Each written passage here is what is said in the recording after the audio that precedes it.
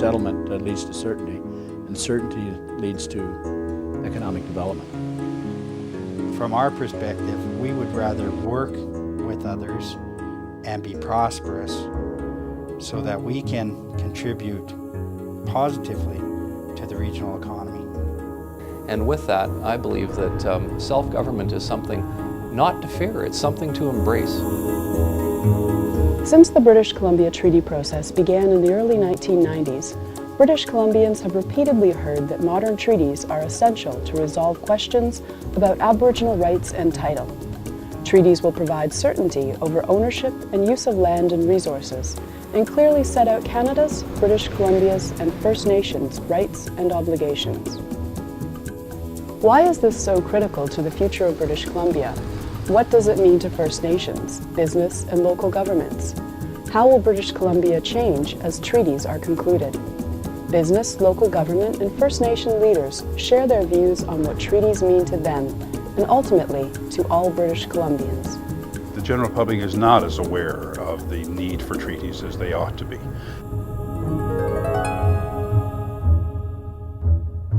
Well, it's really important for the economy and for business, people doing business in British Columbia, to attain some degree of certainty. We have to recall that capital is very mobile.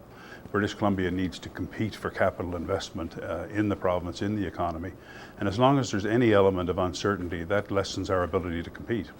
The uncertainty of the rights and title question impacts on any business that needs access to Crown lands or lands that are designated as traditional lands. This uncertainty has resulted in the delay and a deferral of capital spending on major projects throughout the province.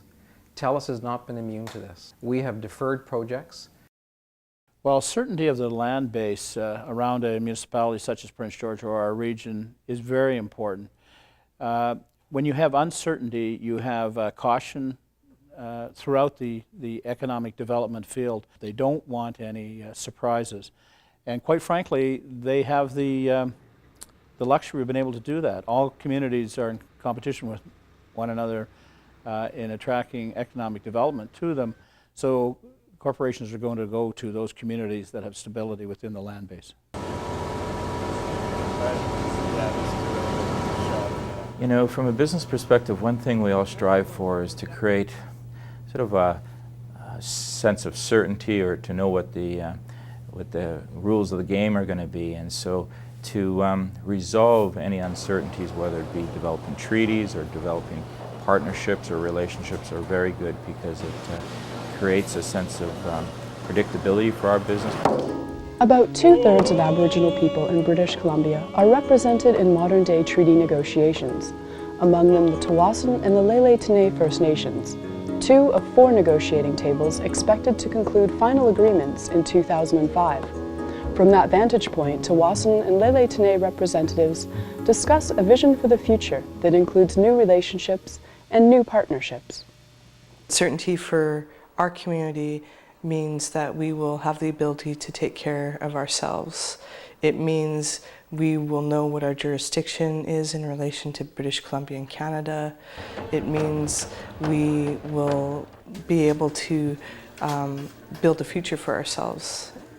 It certainly means to us that we have a very clear relationship with other institutions.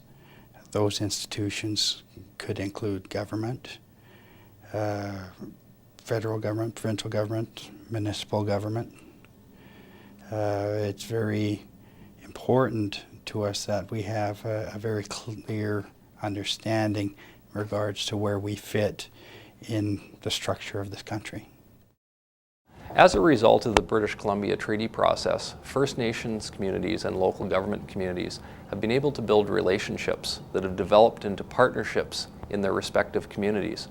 A program was born called the Community to Community Forum Program, and what these community forums do is bring First Nations leaders and local government leaders together to learn about one another, to gain a common understanding for the issues in their respective communities, and to be able to identify how to work together.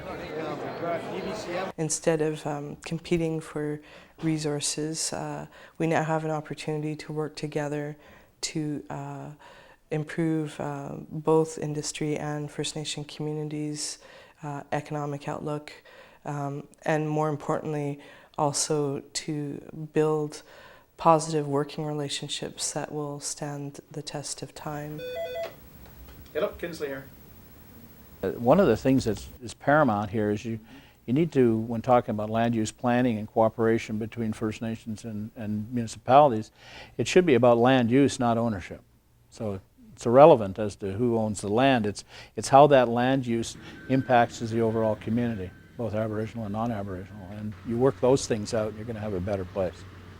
We're two different organizations, but we have similar interests.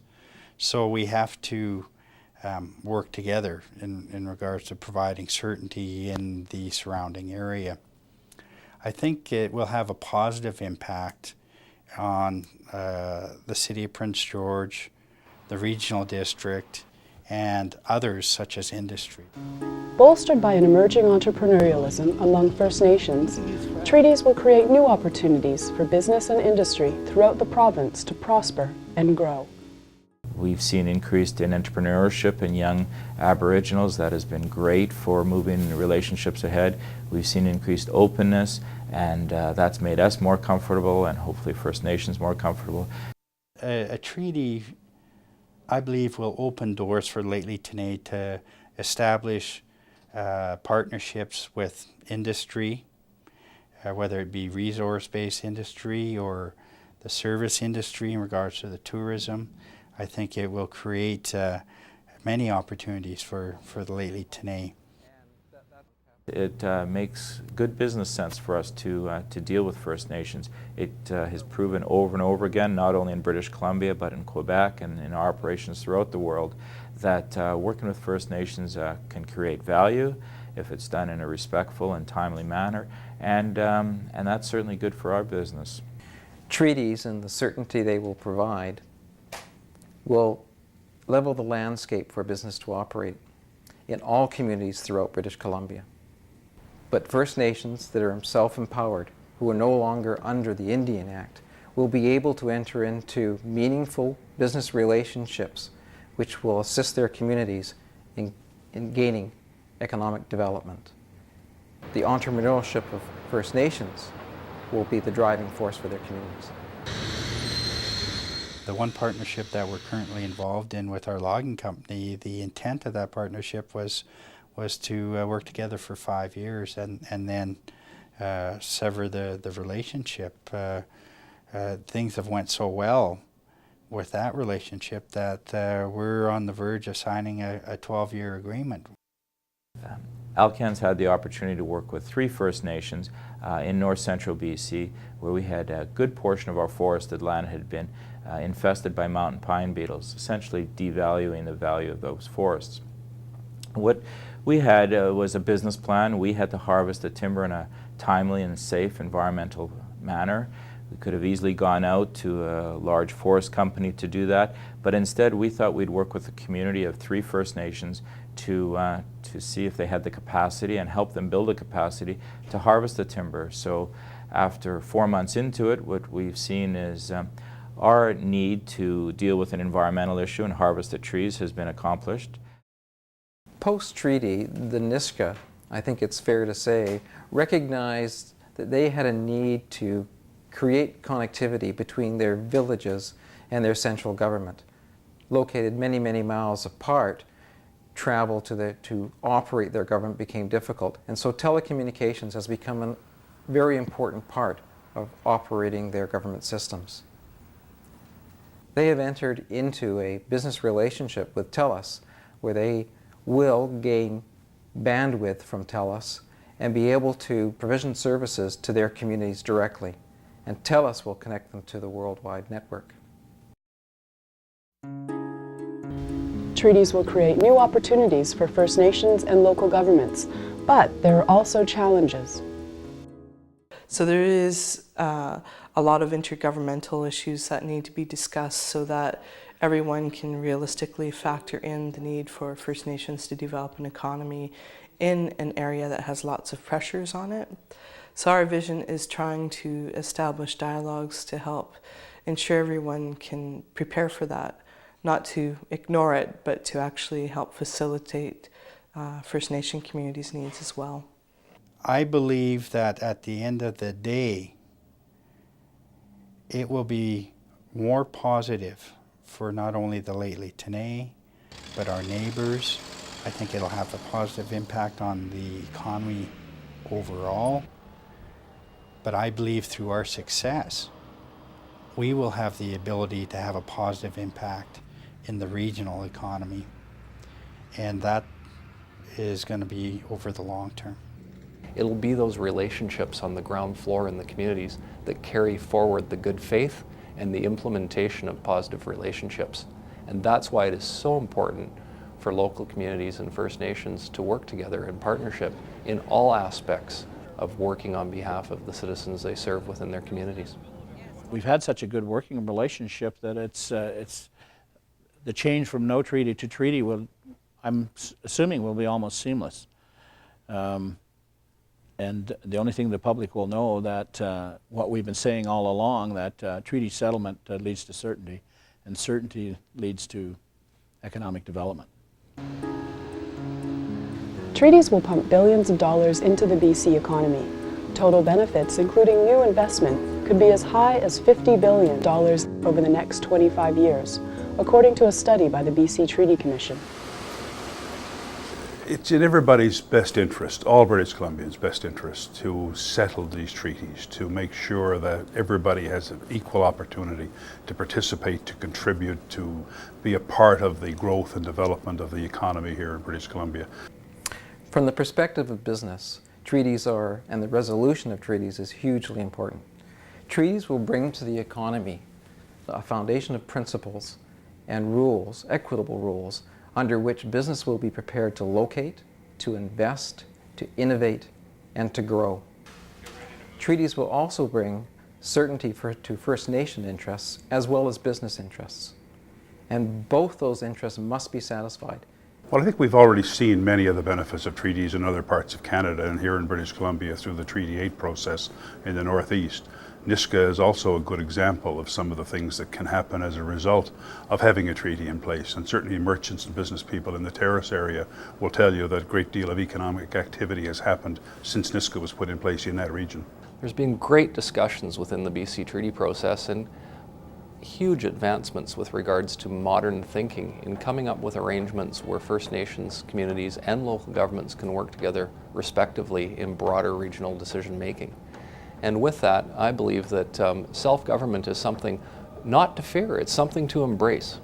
A big part of our current problem as a community, the problems we face, is due to dependency on the Indian Act, and in turn a lot of that dependency has been turned to chief and council structure under the Indian Act.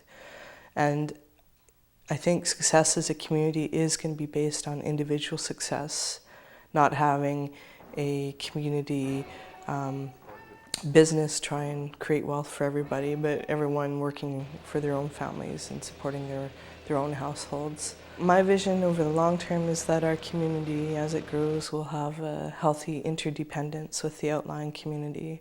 That means we will have Tsawwassen members and non-members working within our community and working outside of our community as well. And it's that type of interdependence that will ensure economic prosperity for both communities. As treaty negotiations continue around British Columbia, leaders on all sides are awakening to the potential of new relationships among First Nations, local governments, and businesses. Those at the forefront have some advice to help others capitalize on the emerging opportunities. Cooperative planning builds trust, and trust is the thing that we have to have most, and it's earned. It's not taken. It's earned. Collaborative actions contribute to the health and well-being of both our communities, whether it's Aboriginal or non-Aboriginal. Good relations is a cornerstone, again, regardless of the community. There is an opportunity here for businesses to grow, for communities to grow. But what has to happen is a dialogue with the community and the community leadership to understand the synergies between your business and what the community can provide. The communities are rich with information and knowledge, and you should be capitalizing on it. Well, part of what our challenge has been over the past, being a small community, is the capacity to be able to respond to opportunities with corporations, for example. So when industry is knocking on a First Nations door, they have to take that into context, as far as most First Nations are under-resourced fiscally and human resource-wise. So it takes some degree of patience in trying to form new relationships. It takes sometimes other sorts of things that are more culturally appropriate, whether it be sharing a meal or coming to a community event, or getting to know each other on a more social basis. That type of thing is helpful in trying to establish a relationship. We've come a long way, and we want our neighbors to come along with us and help us build a better future for our community and the community at large in Prince George. And we're willing to talk with, people that want to go into business, and we're business people too, and we're neighbors. This is getting to be an increasingly difficult place to do business, as long as the uncertainty exists and as long as it's allowed to continue to exist. So the advice that I would offer is to get on with making your own arrangements, be aggressive, be forthright, deal with Aboriginal business people in terms of making your arrangements, your contracts, your agreements, whatever, in a respectful, business-like fashion, and get on with doing it. If you want to do business with the Lately Tene, pick up the phone, give me a call, and we'll talk. I would think that there's going to be many more relationships formed in the future. And to be honest, I think we can't go back.